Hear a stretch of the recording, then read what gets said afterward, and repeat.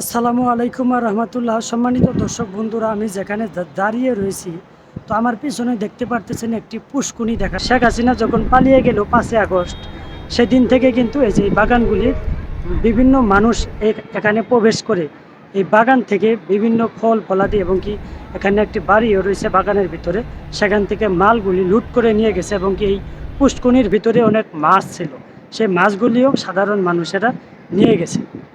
শেখ হাসিনা যখন দেশ থেকে পালিয়ে গেল, তখনই এই শেখ রেহানার বাগানে মানুষ প্রবেশ করে এখানে বাড়ি ছিল, সেখানে লুটপাট করে সব কিছু নিয়ে গেছে এবং কি এই পুষ্করণী থেকে অসংখ্য মানুষ মাছ ধরেছে।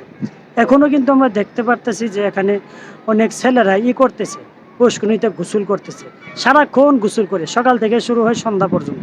তো একটা সময় ছিল যেখানে সাধারণ মানুষ ঢোকার কোনো অনুমতি ছিল না, একটা অন্যরকম একটা ব্যবস্থা ছিল, এখানে গার্ড ছিল, এখানে বাড়ির ভিতরে লোকজন থাকতো কয়েকজন। তো এখানে নিরাপত্তা দেওয়ার জন্য সবসময় লোক থাকতো বাড়ি পাহারা দেওয়ার জন্য। আর এখন সাধারণ ছেলেপেলে 8-10 বছরের ছেলেপেলেরা প্রবেশ করে সেখানে সারাদিন খেলতেছে, সারাদিন গোসল করতেছে। যে আসলে শেখ রেহানার এই বাগানটা যে এরকম আমরা নিজ চোখে দেখতে পারবো, এটা কখনো ভাবি নাই। কারণ এই বাগানে কিন্তু একবার শেখ হাসিনা আসছিল, আমি এখানে থাকার সময় একবার আসছিল, তখন রাস্তাঘাট সব কিছুই বন্ধ ছিল, অফিস যেগুলি ছিল এখানে সব কিছু চালু ছিল, তবে অনেক নিয়ম নীতি কিছুক্ষণের জন্য পরিবর্তন করে দেওয়া হয়েছিল। রাস্তাঘাটে আসাটা মুশকিল ছিল, অফিসে আসছি অনেক কষ্ট করে। যখন এখানে শেখ হাসিনা আসছিল এই বাগানের ভিতরে, তখন আমাদের অনেক কষ্ট হয়েছিল। তো আসলে কী হয়েছিল তখন তো বলতে পারি নাই, তখন শেখ হাসিনা ক্ষমতা ছিল, কিছু বললে পরে হয়তো বুঝতেই পারতেছেন বিপদের সম্মুখীন হইতাম, সেজন্য বলি নাই। তো থাক, ওইসব কথা বলবো না। তবে এখন দেখতে পারতেছি যে বাগানটি এখন কিন্তু মানুষের দখলে, অর্থাৎ যে যেরকমভাবে পারতেছে বাগানে প্রবেশ করতেছে, গোসল করতেছে। ঘর ছিল বা ভিতরে এসি ছিল, এলইডি টিভি ছিল, অনেক জিনিসপাতি ছিল, আমি শুনছি।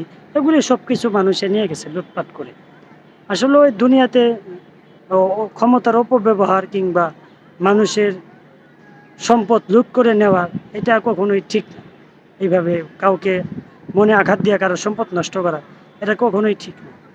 তো অবশ্যই এই বাগানটি এখানে এখনও রয়েছে, আশা করি থাকবে। তবে শেখ রেহানার বাগান ছিল দীর্ঘদিন যাবৎ, প্রায় 14-15 বছর ধরে শুনে আসতেছি আমি যে এটা শেখ রেহানার বাগান, এবং কি আমি নিজ চোখে দেখেছি যে এখানে একবার শেখ হাসিনা শেখ রেহানা আসছিল।